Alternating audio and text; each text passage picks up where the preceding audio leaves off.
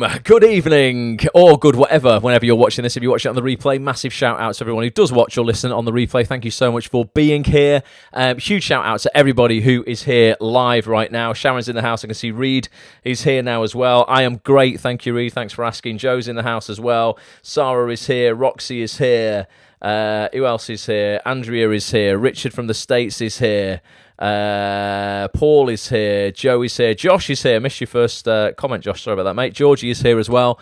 Everybody's in the house. Thanks so much for being here. Massively appreciate it. Tonight, I've got loads to talk about, but it's going to be down to you lot about like how long and what we're going to be talking about, because I'm going to throw the floor open basically for a complete and utter open Q&A. We don't do these very often. Normally, I come on and I will recap on a previous feature we've held for members of AtsOnThis.tv. But I just thought tonight, you know what? Let's just sort of like throw the net wide and just see what's actually going on in the community and what you guys want to talk about whilst you are thinking of questions, or if you've got any burning topics, anything to do with your acting career, casting, landing auditions, marketing yourself as an actor, side hustles, voiceover, headshots, showreels, anything. Basically, if you've got questions, I'm pretty certain I've got answers. Whilst you're thinking of what questions you want to ask, I am just going to go over to AtsOnThis.tv very briefly. For those on the audio experience, you can't see this, but I'm on the AtsOnThis.tv website. I'm just going to click on the purple bar at the top, which says click here to view this week's live coaching schedule. Just to remind you, this Thursday night, got a cracking guest coming on for members of AtsOnThis.tv. She's back for, I think this might be the third time I've had this guest on in 12 years, so roughly once every 4 years. Annie Wallace, Hollyoaks' BAFTA-nominated actor. Annie Wallace is going to be joining us 7:30pm on Thursday night. Annie's just brilliant, absolutely brilliant. She's an incredible actress, plays Sally St. Clair in Hollyoaks, has played that character now for, don't quote me on this, but it's got to be around 7 years, I think. Something like that, 7 years of day in, day out serial drama. Obviously has, experienced an awful lot being on a show for that length of time. What's amazing about Annie is she didn't get her break in the industry. Again, don't quote me exactly, but I think until she was 50.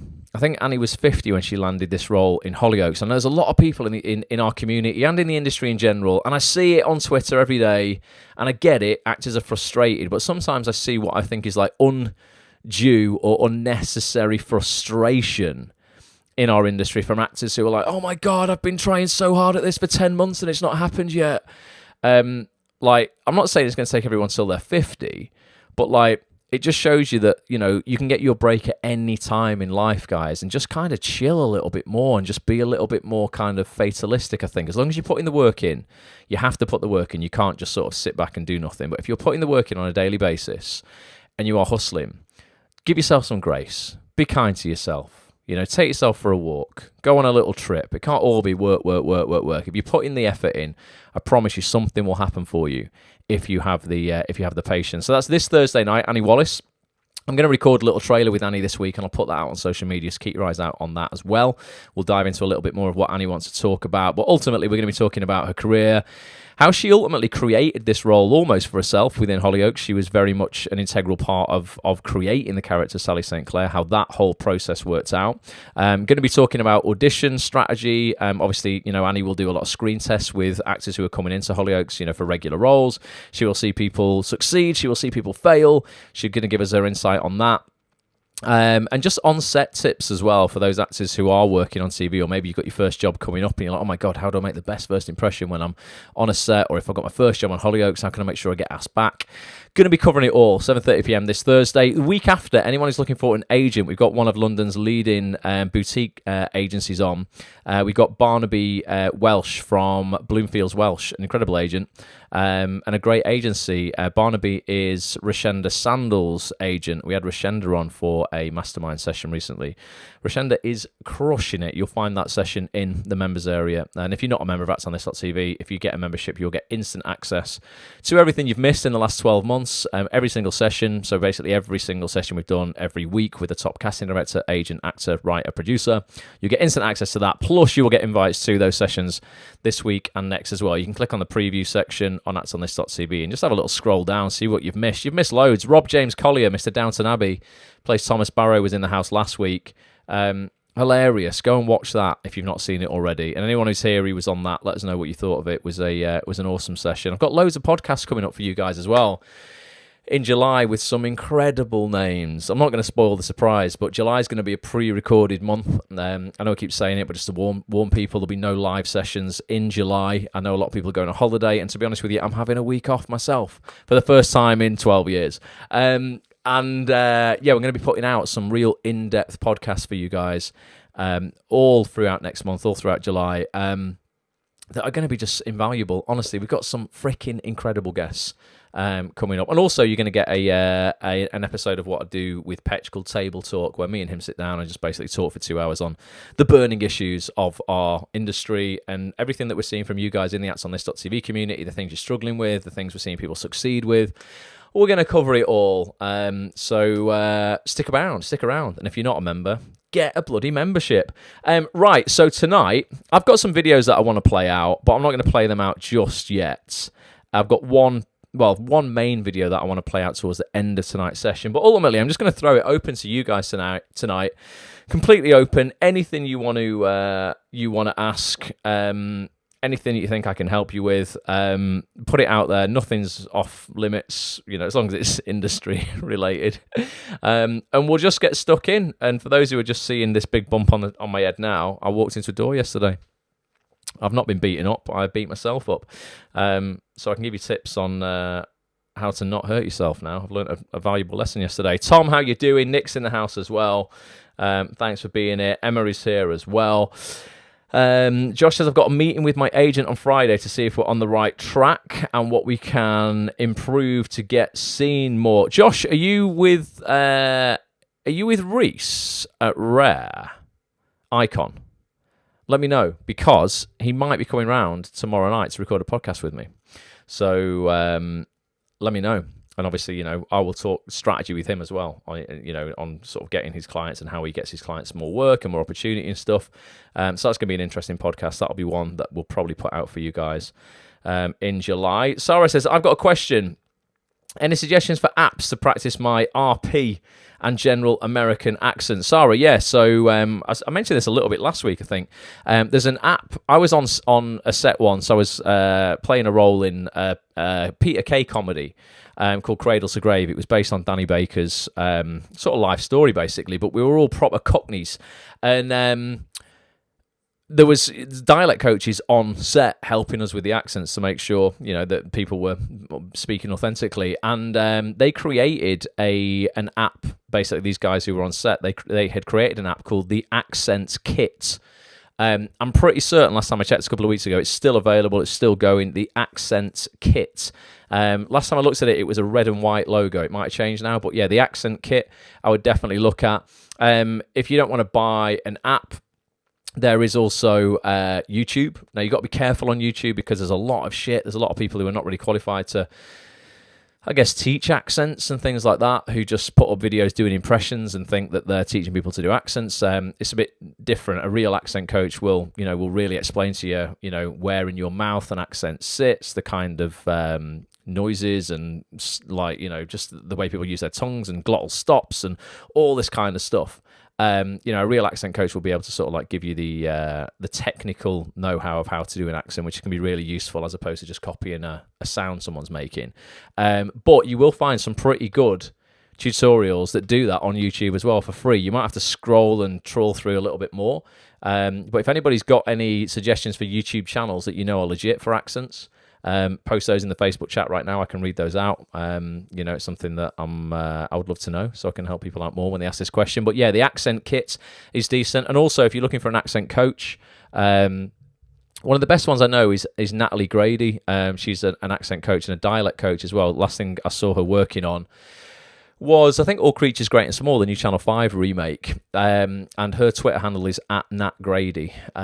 Or at least, again, it was last time I checked. But yeah, Natalie Grady's pretty decent for some one-to-one stuff. And she will do stuff on like Skype with you and, that kind of stuff. So plenty of options there, Sarah, but hopefully that gives you a few things to go at.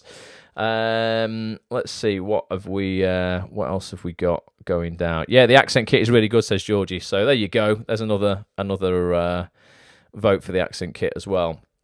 Right. David, how you doing? Good evening, mate. Tom says he's looking for a new showreel clip. Anybody who needs one and wants to collaborate with him, please let him know. He's looking to do comedy. He says, "What, Ross? We could do when we come to Manchester next." Don't know, Tom. If you've got an incredible scripts and a brilliant showreel producer, mate, who knows? Keep me posted. It's so rare where I get to do stuff like that. I think I've done one showreel scene with a member of Acts on This in the last 2 years. It's pretty bad, that, innit? But if I had more time, I absolutely would do more. But you guys would have no content if all I did was do showreel scenes with members of Acts on This. I could play all those for you, but you wouldn't really get much value from it. Sarah's in the house from North Africa. Sarah, you dancing in North Africa at the moment? That's incredible. Good on you. David's here as well. David, I saw you have landed a TV role.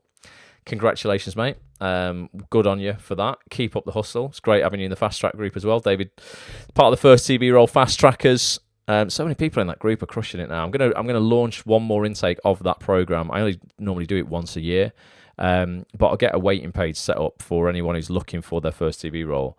I think I'm gonna have time to do one more intake of first TV role Fast Track. Literally the most in-depth coaching program on earth, teaching actors how to get their first TV role in record time, and it's worked for dozens of people now. It's amazing to see.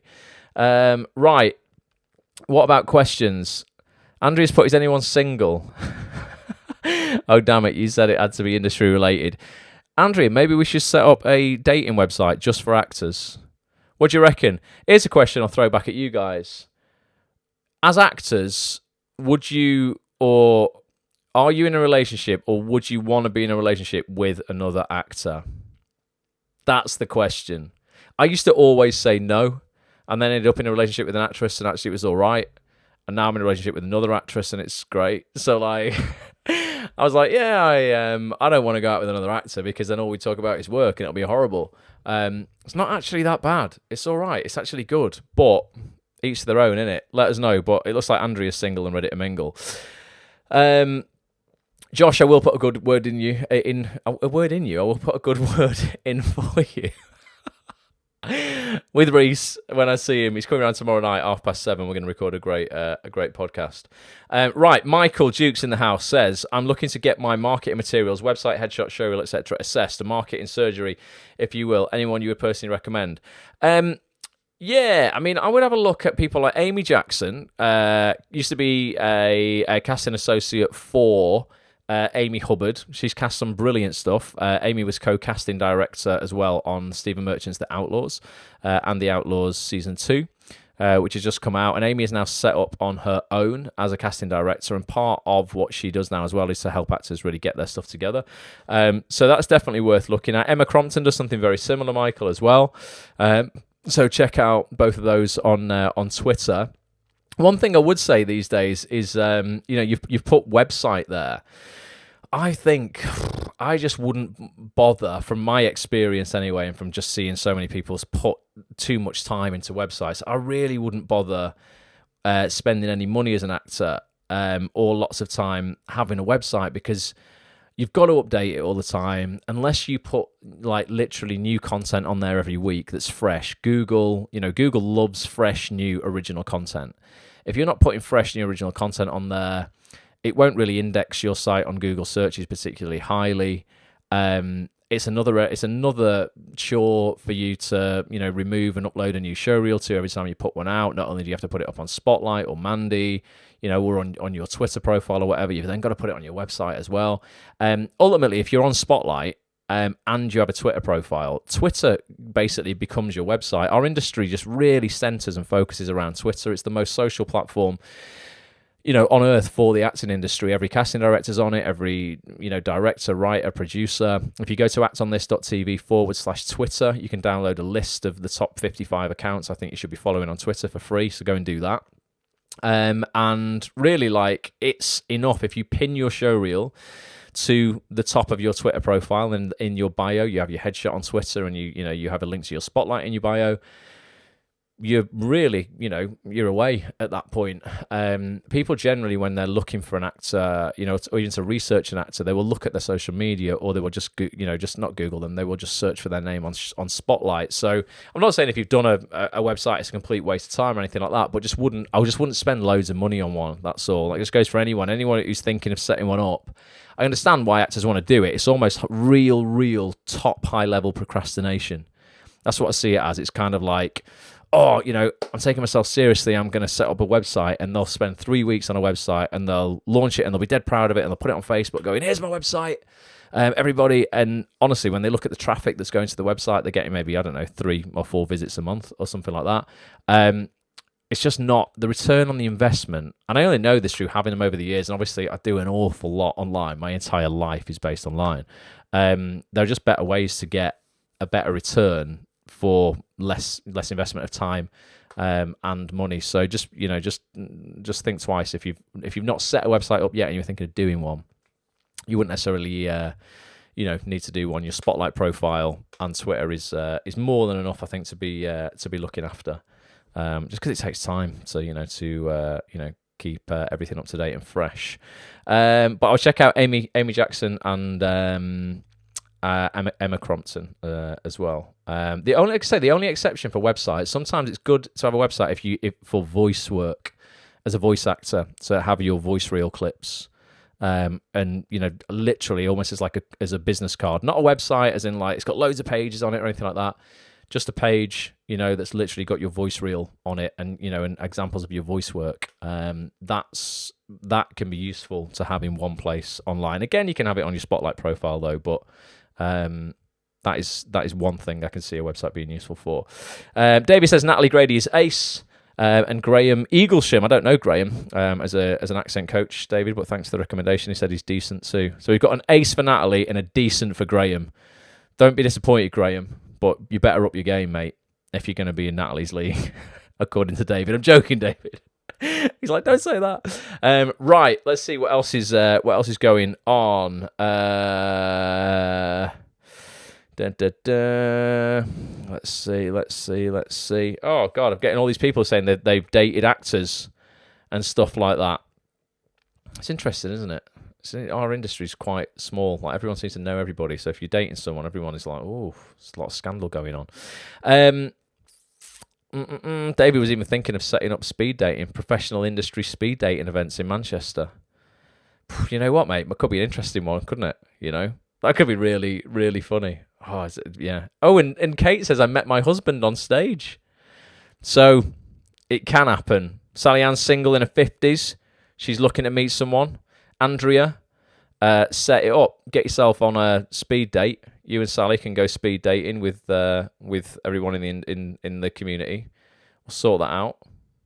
I think we should do this. What would I have like? I'd have to set up a sister site to act on this, like date on this .tv. Georgie says she's dated other actors. It's never worked out for me. Ended up with someone completely not in the industry, but the energy levels just work so well. Plus, it's nice to not have someone wanting to talk shop all the time, especially for your mental health. There you go, Georgie. She's talking from experience. There.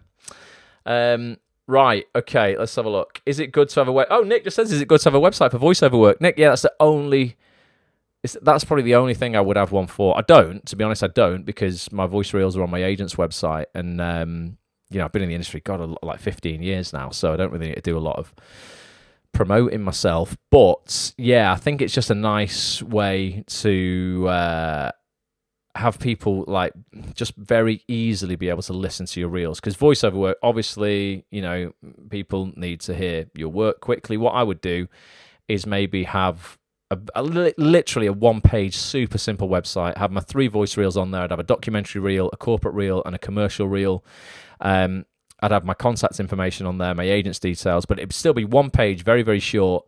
And then what I'd probably do is I would create a business card, and I would print a QR code on the business card that someone just would be able to scan on their phone. We're all so used to scanning QR codes now, because when we go into every restaurant and you order from the table, you know what I mean? You scan the code with your iPhone or your phone or whatever, your Android, and it takes you to the website.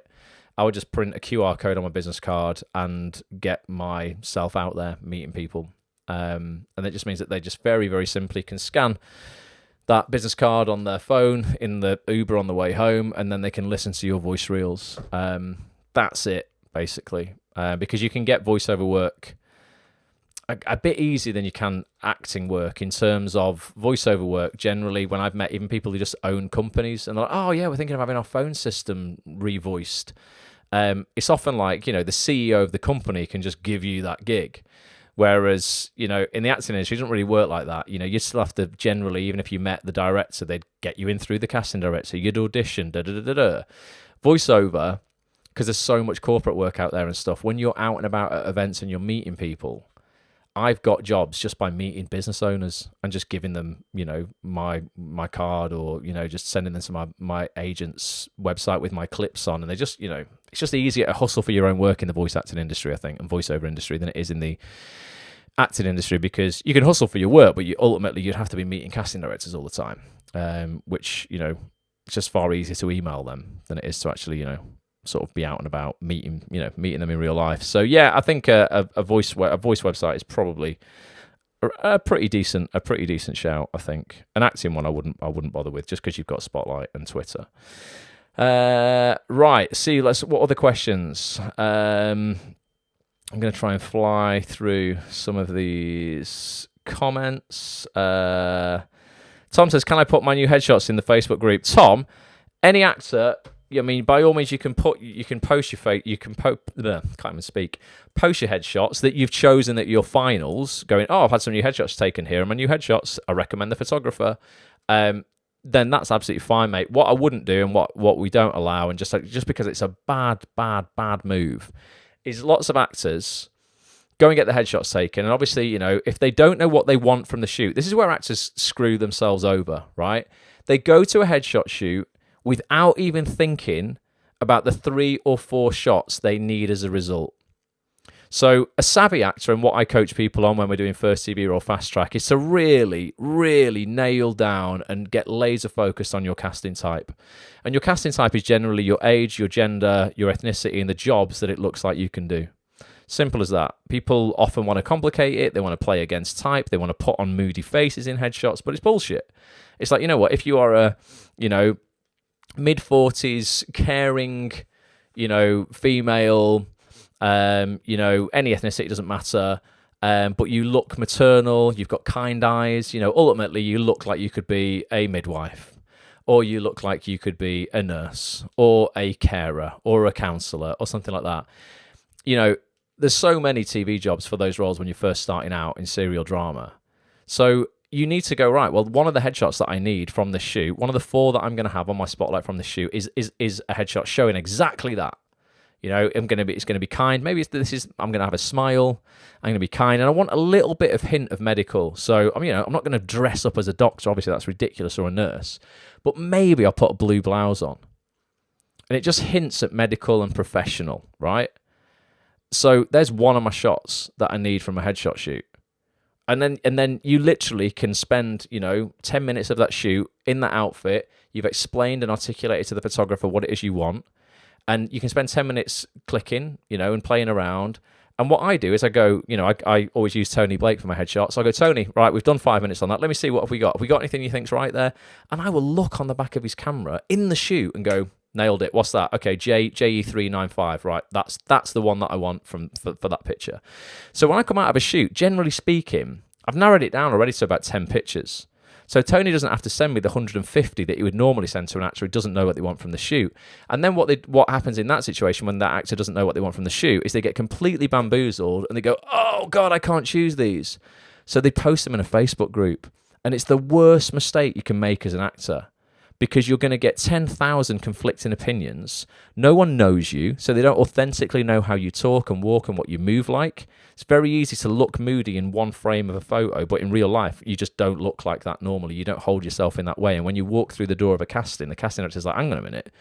The person in the headshot looks nothing like the person in real life here. You've just put on a character in a headshot. Bad move. So never let another actor choose your headshots. I think another reason people post headshots in Facebook groups, to be honest, is for validation and also a little bit of sort of like a bit of look at me, here's me looking nice in a photo shoot. So they love it when people leave comments like, "Oh, you look gorgeous, hun. That's amazing, babe." It's not useful for your career, is it? At all. But I get it. Actors are like, oh, give me some likes. Give me some likes. It feels good. Whereas I'd be like, listen, use that time you're spending posting these shots in Facebook groups to actually get them out to people who can give you a job, because that shoot just cost you 200 quid. Let's get you your money back as soon as possible. So the answer, Tom, that was a big rant there, but the answer is, if you've chosen your shots and you love the photographer, yes, because you're doing the community a service. You are like, here's some great shots that I've had taken. Here's the photographer. They were X amount of money, I would recommend them. But if you were going to post shots in the groups to go, I've got 25 shots here and I don't know which ones to have, don't do it. It's a mistake. Please don't do that. Work with your agent, or actually you already know yourself authentically who you are. You really do when you think about it. And then just go, what roles am I going to be putting myself up for? Which of these shots best match the roles I'm going to be putting myself up for? And my casting type right now, and the kind of roles realistically I'm going to be playing, and use those ones. I still don't think you need your agent to choose your shots for you. Your agent doesn't know you as well as you do. Your mom and dad doesn't know you as well as you do. Like, you know yourself. When you put your head on the pillow at night, and that's you on your own. You know you. That's the real you. In that moment when you close your eyes and it's you in bed, like with your thoughts. So you need your shots to to match that type. Right, let's have a look. Hopefully that helps. And Tom says, I went to the session knowing exactly what I wanted. Yes, Tom, that's because you're a fast tracker. I forgot. Yeah, I'm sure you did first year fast track. So yeah, of course you knew what you wanted. So yeah, mate, post them if you've got the results you wanted, and there you go. And David's got it says there, yes, Ross, knowing my day player did wonders for my recent session with Tony Blake. He actually really enjoyed the shoot too, because I gave him so much than an actor who just kind of shrugs and doesn't know what they want. Yeah, exactly, mate. And look, it's no coincidence, David. What I don't know. Weeks after that shoot, you've now landed a role on TV. Because you know your shit, mate. You know, you don't know you are shit. You know your shit. You know what I mean? You know you're good, but you know your stuff. You know what you want. It's it just makes everything so much easier. Honestly, you can go from 0 to your first TV role in 4 months if you follow that blueprint. Like literally, and I know actors who are struggling for 6 years, 10 years, and they've still not done it. It's because they wishy-washy. No clarity. The first building block of any success in your life is clarity. What do you want? Simple as that. And it's not a TV job. What role in what? Literally as specific as that. Because then we reverse engineer it and go, okay, right, I know exactly what I need to put in front of that casting director who cast that show in order to get a shot at it. It's really simple when you look at it, but people just want to complicate this industry so much. Right, bit of a business question, says Georgie. Do you think it's better to have physical business cards or digital business card? Need to update mine, but not sure which route to go down. Well, I mean, ultimately, you would just have both. Your digital business card, I mean, you can get these ones that even have, like, the wireless technology in it, where you just put it on someone's phone and it puts your contacts into their phone book. I mean, it's a bit of a difficult one, that, because I don't know if that's a little bit presumptuous when you meet somebody to go, hi, you actually want to input my number into your phone and have it in your contacts. You can get some really nice looking physical business cards now that can have, Moo were always a really good company I used to use, and you can just order, like, I don't know, 50 business cards, and you can upload multiple images of yourself, and they will print them on, like, you'll have 10 with this headshot on, 10 with that headshot on, or 10 with that movie poster on that you've been in, or 10 with that particular photo of you in. Different shapes and stuff. They were quite nice. They would do square ones, round ones, rectangular, curved corners, different colours, matte, glossy, and they weren't super expensive. I don't know. I mean, I would have both, to be honest with you. But just don't. One thing that I always used to do, and I'm sure you've all been there, is they'd get you, wouldn't they? Fucking Vistaprint. They'd get you every time, because you'd go, oh, I need some business cards. You go, oh, I need 50. They go, oh, but spend an extra £5 and we'll do 100. And then you go, okay, right, I'll have 100 then. That's fine. Okay, that seems like a good deal. Then on the checkout page, you'll be like, oh, for an extra £10, you can have 200. You go, oh, shit, right, well, it's X amount for 50, or actually it's only another 15 quid and I've got 200. Before you know it, you've spent an extra 25 quid and you've got 500 business cards. And there's never in a million years are you going to give them all out. So just be careful with the upsells if you're using Vista. Moo wouldn't do that. Like, Moo were a bit more legit. I've not used them in quite a while, but Vista, yeah. I mean, they do good work. Their mugs are good. That you can print pictures on and stuff like that. I've done that a few times. But yeah, just be careful. You don't need 500. Honestly, sort of like, I don't know, I think 50, to be honest, every sort of 6 months or something. Or get 100 is probably enough. I'd love to know other people's opinions on that, though. My opinion on that is not gospel. Like, see what you think. I mean, I obviously a big advocate of really nice looking signatures in your email, which is effectively a digital business card every time you send an email. So make sure that you have that in your email, your headshot, your social platforms, and that sort of stuff. Again, First TV or Fast Track members will know exactly how you do that in a really beautiful way. But that's almost sort of digital business card that way. So yeah, let me know in the comments. I'd love to know what your thoughts are on that. Sarah says, another question. After how much time should I request my agent send me a submission list? I know she's submitting me for stuff as we are in contact a lot, but I just can't seem to be able to be seen. Maybe it's too soon to expect anything. Even just a self-tape. I signed beginning of May. Oh, it is early. Yeah, it's early. Definitely early. What's that, 6 weeks? That's early. Yeah, give them 3 months. Before, I think one self-tape in the first 3 months is absolutely super reasonable in terms of to expect. Generally speaking, when you sign with an agent, only in my experience, again, it's not, be all and end all, but an agent's much more enthusiastic about new clients within the first 3 months. So they should be pushing you harder probably than, other clients in the first 3 months, because they're like, listen, they've got something to prove to you that you made the right decision to sign, so they will be working hard. Don't worry about that. But yeah, I'd give them 3 months to sort of make inroads, send you out to casting directors, big you up a bit, sort of like push, for the casting directors that they really think would resonate with you. That's another thing as well. And when you and talk about submissions lists, yeah, get one every quarter. You only need to do it every 3 months. And one thing I don't think I've ever mentioned before on submissions lists is, because the reason I asked for my submission list from Jane or my agent Kat or Janine at Jane Hollowoods is not to check up on them and go, oh, what are you submitting me for? Are you doing any work? It's really to have a look down the list, see what I'm being subbed for. It gives me a really good insight of what's being made in the industry, because it'll have the name of the project, it'll have the name of the character I was submitted for, and it'll have the casting director and generally the production company or the director, who's involved in it. So it gives me that kind of insider knowledge. And then I can go down the list and go, oh, okay, this casting director's, seen my submission, or I've been subbed for, one of their projects 3 times. They've not seen me. What work can I do myself to remind them I'm alive and I'm still here? And I can send my own correspondence out to them. So it can be really useful for that. But one thing I've not mentioned before is sometimes a lot of actors email me and they're like, oh, I've asked for my submissions list from my agent, and I'm really happy because, in the last 3 months he submitted me for 600 things. And I've gone, right, that's actually, I know you think that sounds good, but that's actually the problem, because you're not being submitted for anything specific for you, which means your agent or their assistant or whatever is literally sat on Spotlight all day, every day, probably for every client they've got, submitting everybody for every single role that's on Spotlight. So they're not actually pushing you specifically with a specific casting director. I'd rather see 60 things on there of real great quality that are so specifically my casting type than 600 things that are like adverts and things that, probably had 7,000 submissions.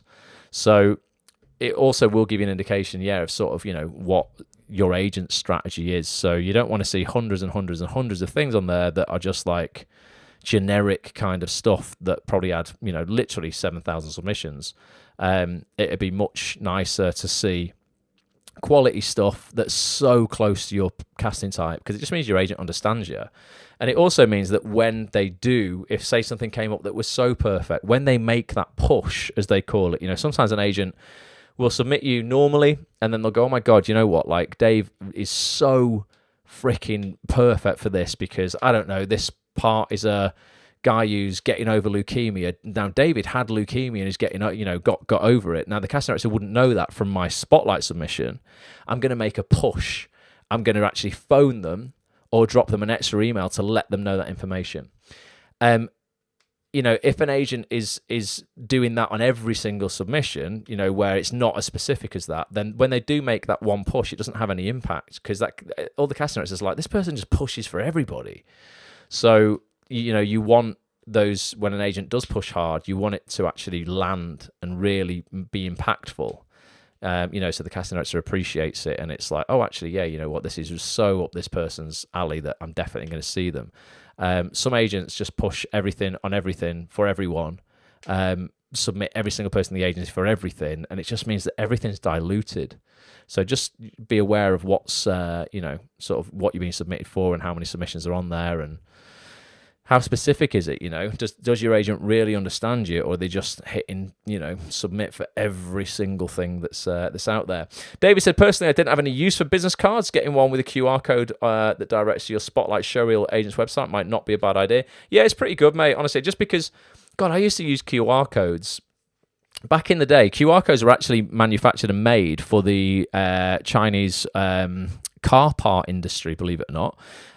They were always put on boxes to denote car parts, basically. And then people went, hang on, this is really useful technology that I can direct this QR code to any website, or just, to open apps and all kinds of stuff. And back in the day, when I set up Acts on This in the first couple of years, I had a CV builder on actsonthis.tv that would do that exact thing, David. It would automatically generate a QR code for you on your CV and send them to your CV on actsonthis.tv, which then they could see your Spotlight and your Showreel and all that sort of stuff. So it was way ahead of its time. Obviously, we don't do that anymore these days. It's Acts on This focuses specifically on the knowledge of the industry, the business of the business, teaching actors actually how to get work, not doing anything else, no CV builds or anything like that. That's what your Spotlight profile's for. But QR codes, just because over the last couple of years, everyone's got so used to using them in every restaurant they go in, that, yeah, people are really, just used to the technology. So having a business card that would have your details on, as normal, your email, your phone, but then it would have a QR code under it, scan to watch my showreel, scan to listen to my voice reel, whatever. It's useful. No one likes to type stuff like, if we can make sending casting directors or people in the industry to our material, our marketing material, if we can make it as frictionless as possible, ultimately just means more people are going to watch or listen to your stuff. So I think QR codes are pretty decent until the next piece of technology comes along and there's something else. But yeah, for now I think it's a decent one. Let's have a look. Indra's talking about posting headshots in Facebook groups because for the single people. Yeah, absolutely, we could do that. Single headshot Sunday, where you put your hottest headshot up into a Facebook post on That's on This's Facebook group, and we just try and hook people up on dates. Maybe that's something we could do. I think honestly, there's something in it. David, there's something in doing the Manchester Casting Social as a speed dating night for actors. I reckon people would go for that. It'd be hilarious. I'll come and vlog it as well. We do like almost first date style interviews off to the side. So, what did you think of John? We'll do that kind of thing. I'll come and film it. That'll be a good laugh. Andrea's got business cards with a QR code. I was giving them out to members of Yorkshire Screen on Friday night when I was at a networking event. Andrea's all over it. She's a hustler, baby. Of course, she's got a QR code on her business card. Right, let's have a look. I'm going to skip a few comments. What else have we got going on in terms of questions and stuff? Any question goes. God, it's gone quick tonight. Got 10 minutes left, and then I'm going to play this video out for 10 minutes. Just a video that I want everybody here or everybody on the replay to stick around for. Honestly, I promise you, if you stay around for 10 minutes, what I'm going to play you will really benefit your career. It just will. I promise you, for this week, it's going to set you up for a great week. And, there could be something within that video that really changes the way you look at something this week, or maybe you take action on something you weren't going to. Please stay around. I'm not overselling that. It is a really, really valuable video I'm going to play out. Right. People talking about Vistaprint. People have been caught out like that. I mean, Vistaprint are just doing a great job of upselling, really, and I'm a sucker for the upsell. But yeah, you don't need 7,000. Moo.com, thank you for posting that, Georgie. Yeah, Moo.com business cards, they're still going. Of course they are.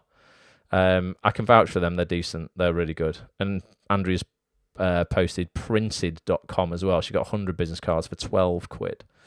That's pretty good. Do you know what I need? I'm going to start doing some flyers. I know it's old school, but I'm going to start doing flyers for actsonthis.tv, and I'm going to start leaving them in acting classes because, like, I think I'm missing a trick there. I'm missing a trick to get new actors into the community. So if anyone's got any great recommendations for flyer makers, anyone who does theatre and maybe gets their flyers for their theatre shows printed somewhere nice, let me know. Right. Any other questions? Joe says, who's now casting Casualty? I emailed John Cannon, but not heard anything. I can tell you who's casting Casualty at the moment. Let me see, Joe. We have that. I mean, Joe, you're part of the first TV or Fast Track, so you will have access to the Ultimate Contacts database. So it is in there. This only got updated yesterday. So I can tell you, anyone who's got an annual membership to actsonthis.tv as well, you either have the Ultimate Contacts database already as part of your membership, or you can get it very, very cheaply. If you're on an old tariff, just email me, ross@actsonthis.tv, and I'll sort that out for you.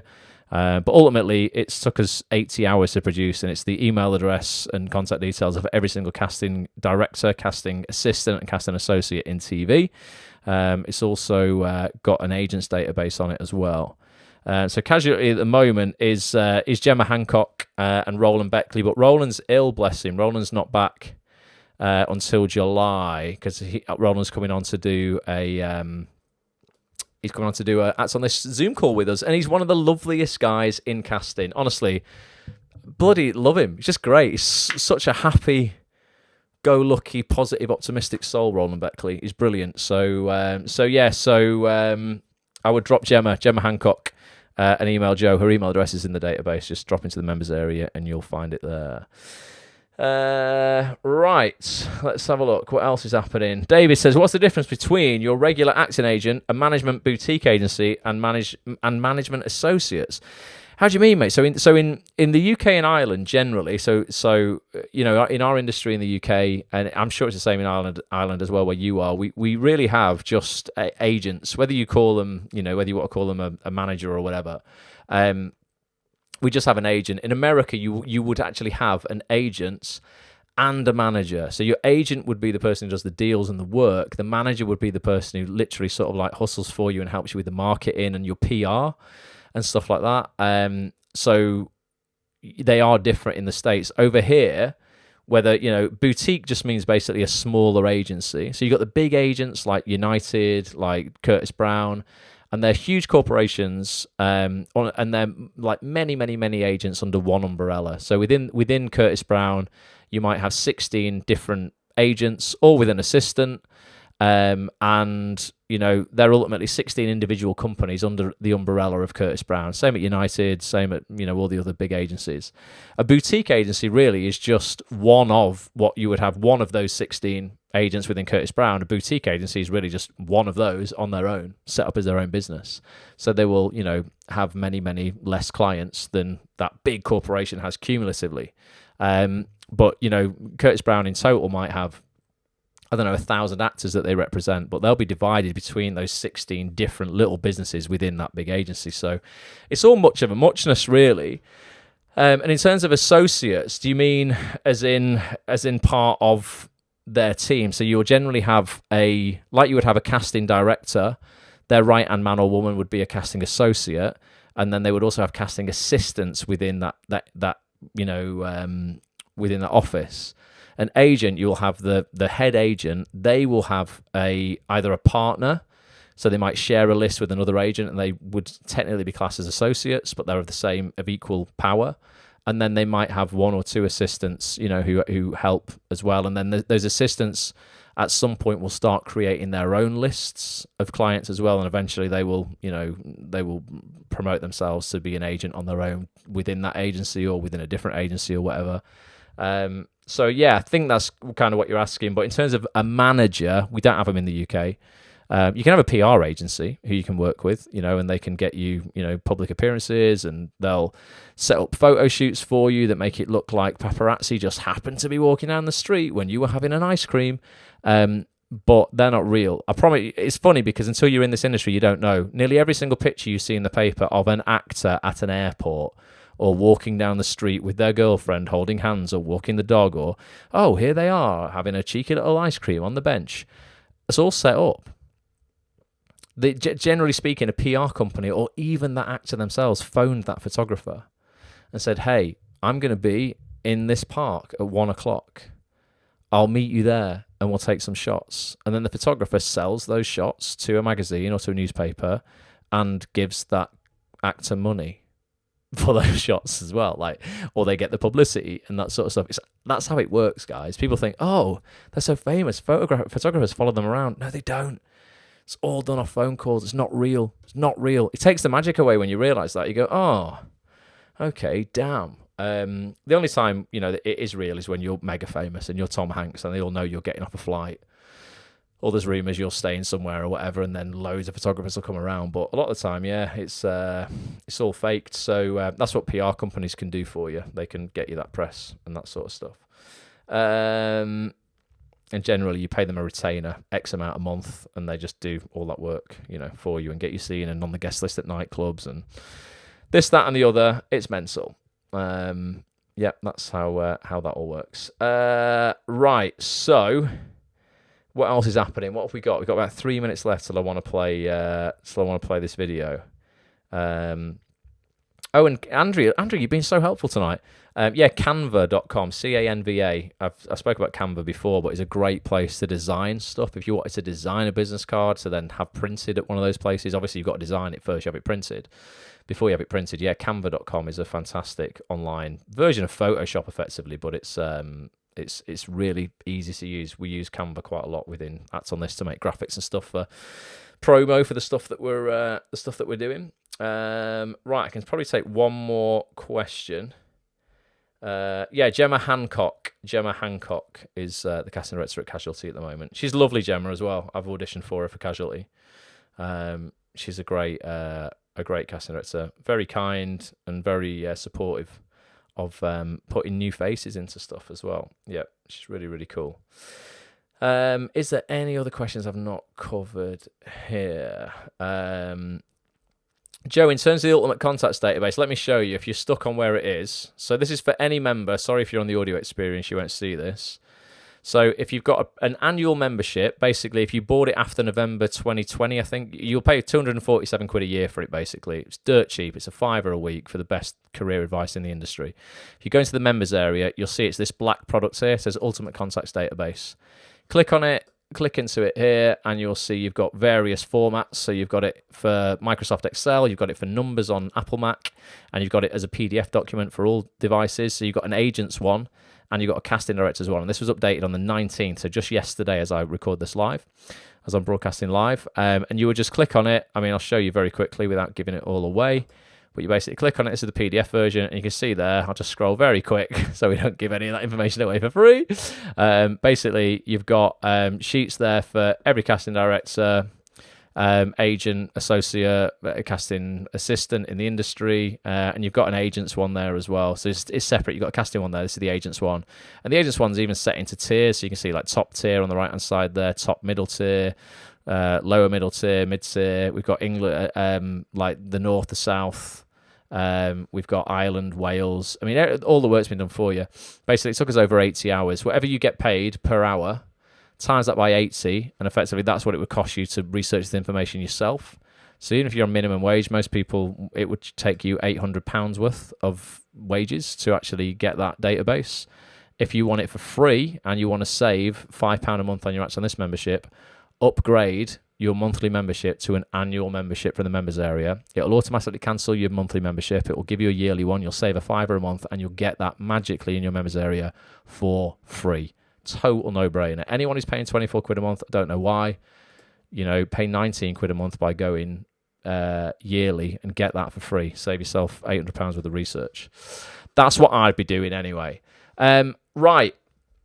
So hopefully that's solved that for you, Joe. Let's have a look. You can get a free trial on Canva. You can. I think I only ever have the free one, David. Actually, you can still do loads of stuff on Canva for free, which is pretty cool. And David said, yeah, Americans normally have 4 people: an agent, a manager, PR, and legal. Yeah, it's something I didn't think of as well. It's and they do all get a cut from each job. So when you're a UK actor as well, you generally won't pay legal commission. I don't think you still have to pay them for some stuff. But what a lot of actors do is, rather than paying, the normal 10 or 15% commission in the UK, if you've got a US manager, a US agent, and a UK agent, a lot of people will agree on 21% commission overall, and that's split 7% to your UK agent, 7% to the US manager, and 7% to the US agent. So you'll end up paying 21% commission on your job. So it means you've always got people in the States and in the UK working for you. So ideally you'll get more work effectively. So you pay a little bit more commission, but if you're getting paid the big bucks, because America pays very, very well, far greater than the UK, depending on what you're working on over there, then 21% is, you'll be happy to pay that. Definitely. Right. Okay. I think, Sharon, you say you got a question. Ask that one, and then I'm going to play this video. Let's have a look. Ask your question if you've got one more question, Sharon. Let me know what that is, and then I'm going to play this video. Is it worth using the QR code to link straight to your link tree, or is it better to send people directly to Spotlight? So you have to think really on the value of, again, you've got to think on what it is you're using those business cards for, right?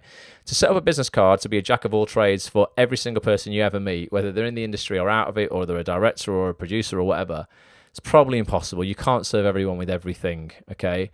So what I would do generally, because you've got to think of the friction. If someone gets their phone out, scans a QR code, then it takes them to a page where they've then got to click another link to go somewhere, or they've got to scroll through stuff, and there could be stuff on there that's just not relevant for them at all. They might never click that link again. So you miss your one shot at, getting somebody to see your work. So you've got to be really specific on what it is you actually want. I personally would simplify things, and I would go, right, I'm going to create business cards for acting work, basically, and I'm going to send... I'd be tempted to just, for a frictionless experience, just send them direct to Spotlight. Because then they can watch your showreel, your voice clips are going to be on there as well. And, it's covering most bases. You could link to a link tree, but if your link tree has got more than 3 other links on it, I think it's just going to confuse people. They'll be like, what is this? It can look a bit messy sometimes. You could link to a link tree that would say acting, click here, voiceover, click here. And then they could, go, but then it would have to link directly to your voice clips or directly to your Spotlight for your showreel. Most people are going on Spotlight to see your showreel. They're not going on Spotlight to listen to voice clips, really. So there's probably not a right or wrong answer, but you've just got to go, right, what are the least amount of steps I can reasonably expect? Or what's the most amount of steps I can reasonably expect somebody to take in order to watch or listen to my stuff? And it's not going to be, it's not going to be more than 2 clicks. They're going to scan. I think they need to scan that code and at most click one more thing before they've hit the stuff that you want them to see. So you could do a link tree, but just make sure that it's neat and tidy, or you have one card for voiceover, one card for acting, and you give the most appropriate card out to the most appropriate person.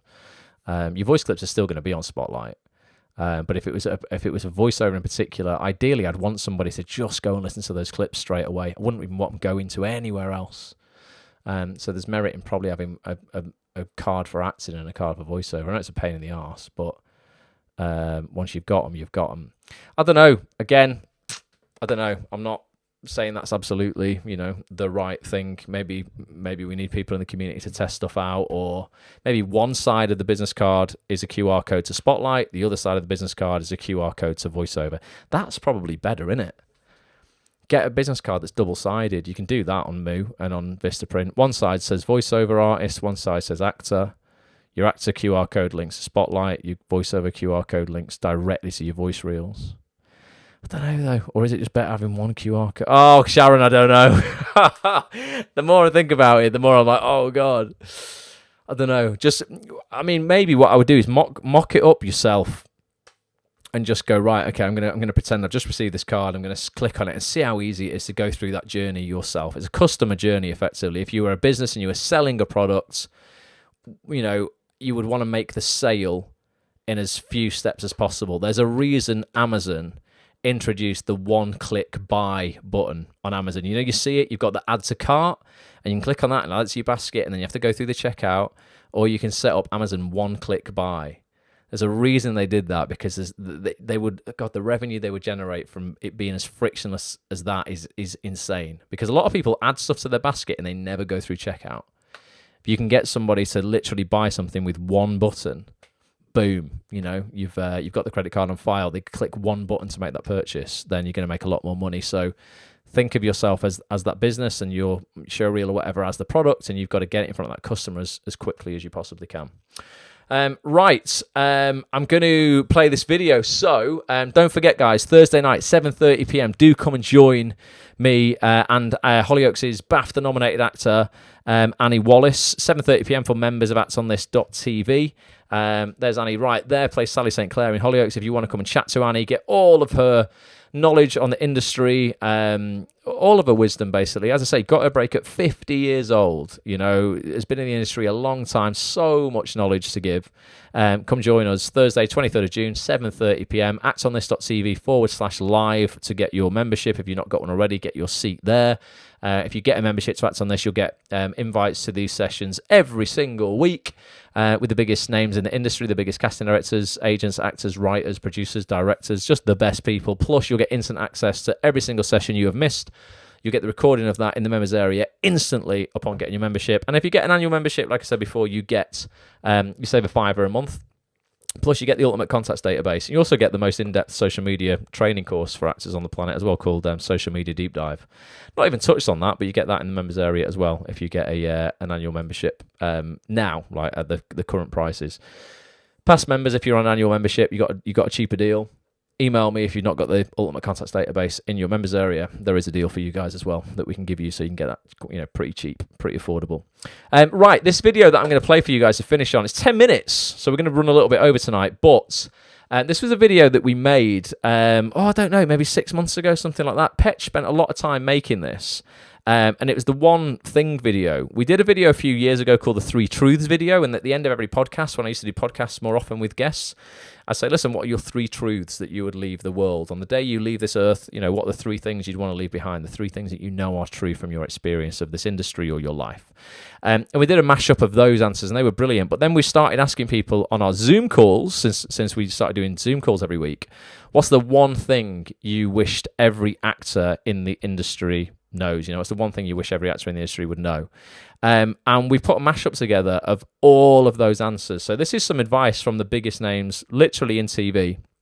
Loads of casting directors, loads of top actors, agents, directors, writers, producers. And I just hope it inspires you, you know. And I'd love to know if you tweet me at Acts on This TV, what's the one thing you wish every actor in the industry knew? Or what's the one thing that you wish you knew before you became an actor? I just think it's a really inspiring video. So I hope you enjoy it. Shout out to Petch for editing this together. And yeah, just watch it. It's 11 minutes. Sit back. Let me know your favourite part. I'll keep an eye on the comments here on Facebook. So until next time, thank you for being here. Hopefully I'll see some of you guys Thursday night with Annie. And I'll be back next Monday night for some more Monday night broadcast, more Q&A, more whatever. Love to you all. Take care. Have a great week. And I'll catch up with you soon. All right. Bye for now. Over the last few years, I've interviewed over 70 of the biggest casting directors, agents, actors, writers, directors, and producers in TV. I asked them all, what's the one thing every actor should know? Here's what they said.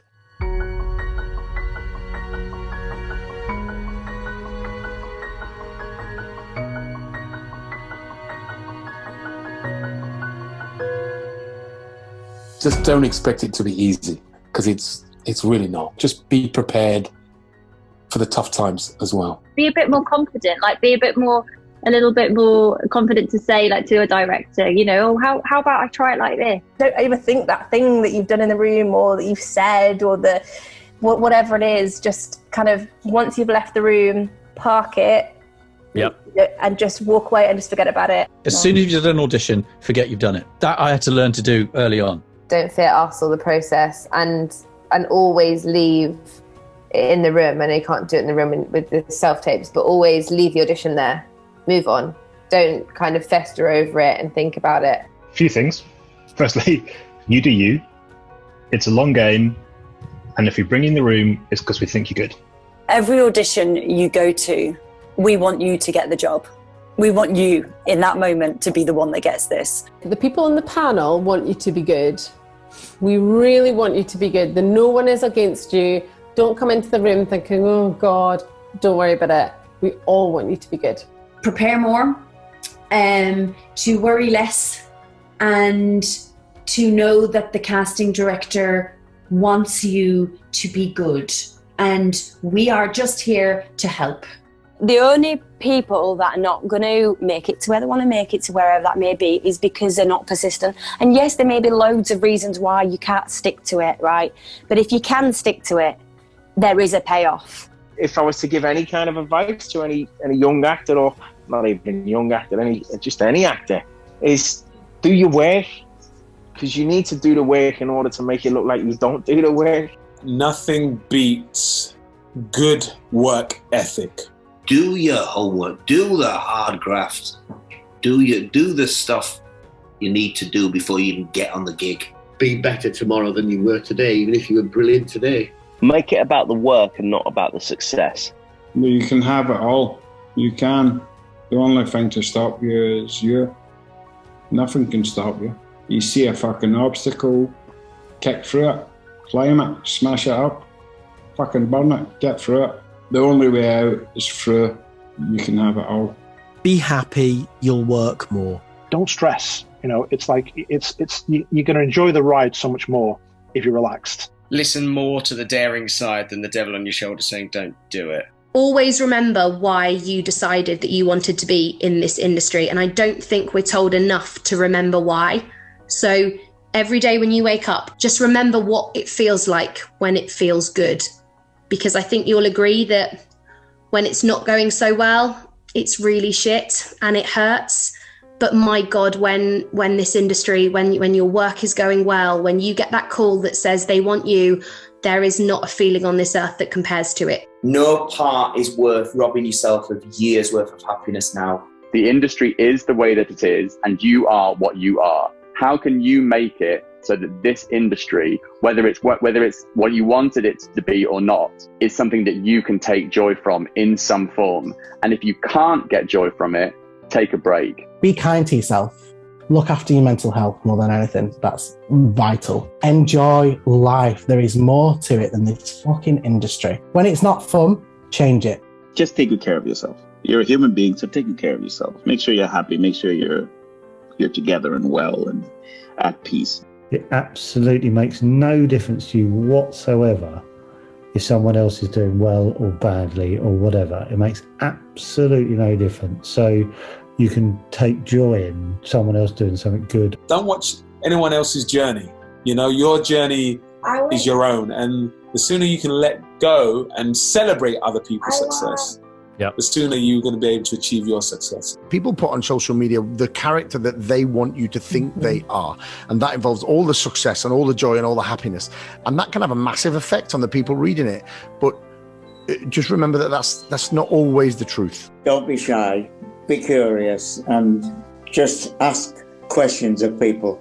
They love it more than you'd ever imagine. You need the people around you can just ask the right questions and just get on with being an actor, and a good one at that. How privileged we are to be in a world and a society that entertains and makes people think and makes people happy and makes people smile and makes people sad and makes people cry. How wonderful, what a privilege it is to be part of that. And I think it's really important that we never lose sight of that, no matter how shit it is, how much shit the world is and how shit we feel our contribution to the industry is. Kind of look after each other a bit, really. Support your mates, look after each other, and support and collaboration is what this is all about. We're all in the same boat, casting directors, producers, directors, makeup artists, everything. We're all just trying to make it work. Everybody is the same and everybody worries about whether they're making the right decisions from the top to the bottom of the industry. We're all thinking the same thing. Yeah. We're all wondering if the other person thinks we shouldn't be there. The best thing to think is we're just human. Casting directors are nervous, directors are nervous, producers are nervous. We're all fucking bags of nerves. But what we all have to do is learn to manage them. We're all learning. Sometimes you learn from getting things wrong. Being kind isn't a weakness. If kindness is at the core of what you're doing, then you'll never go wrong, will you? It's just about being a nice person and showing up and like being good and not misbehaving and just being nice to have around.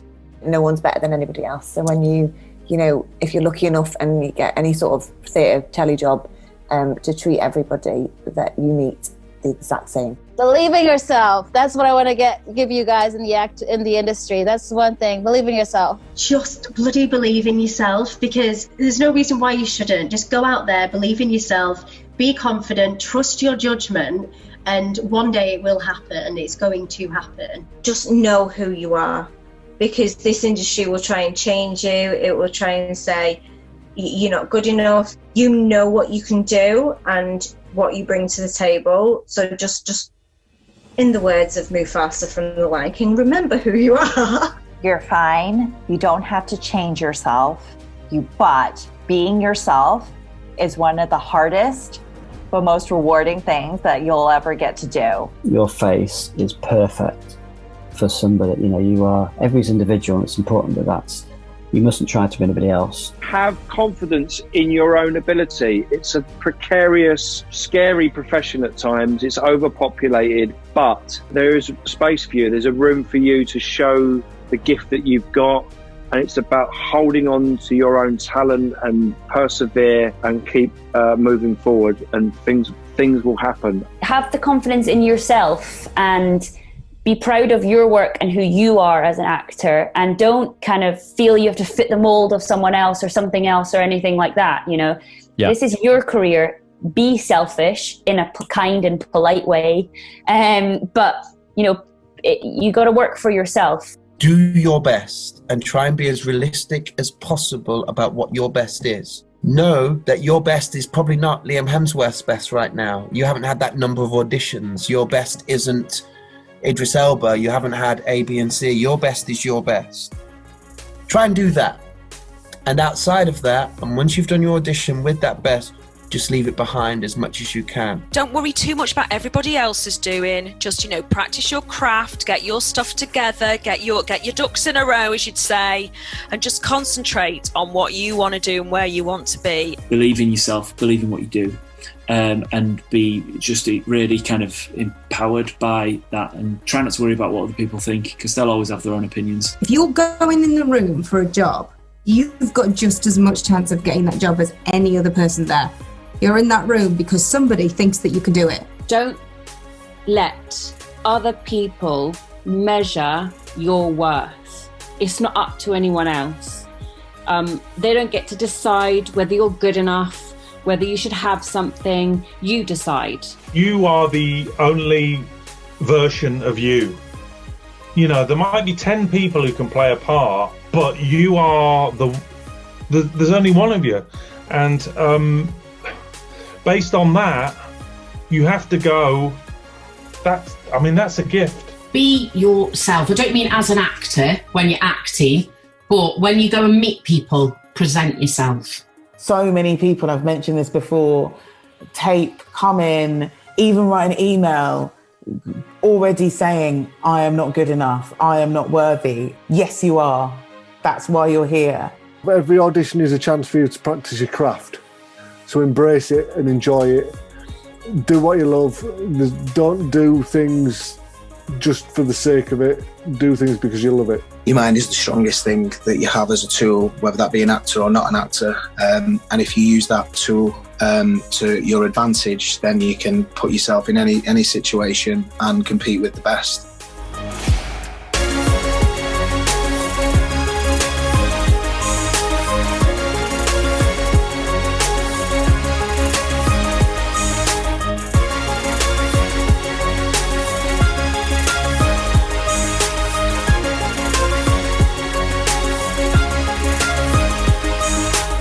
That Ross Grant has the best arms.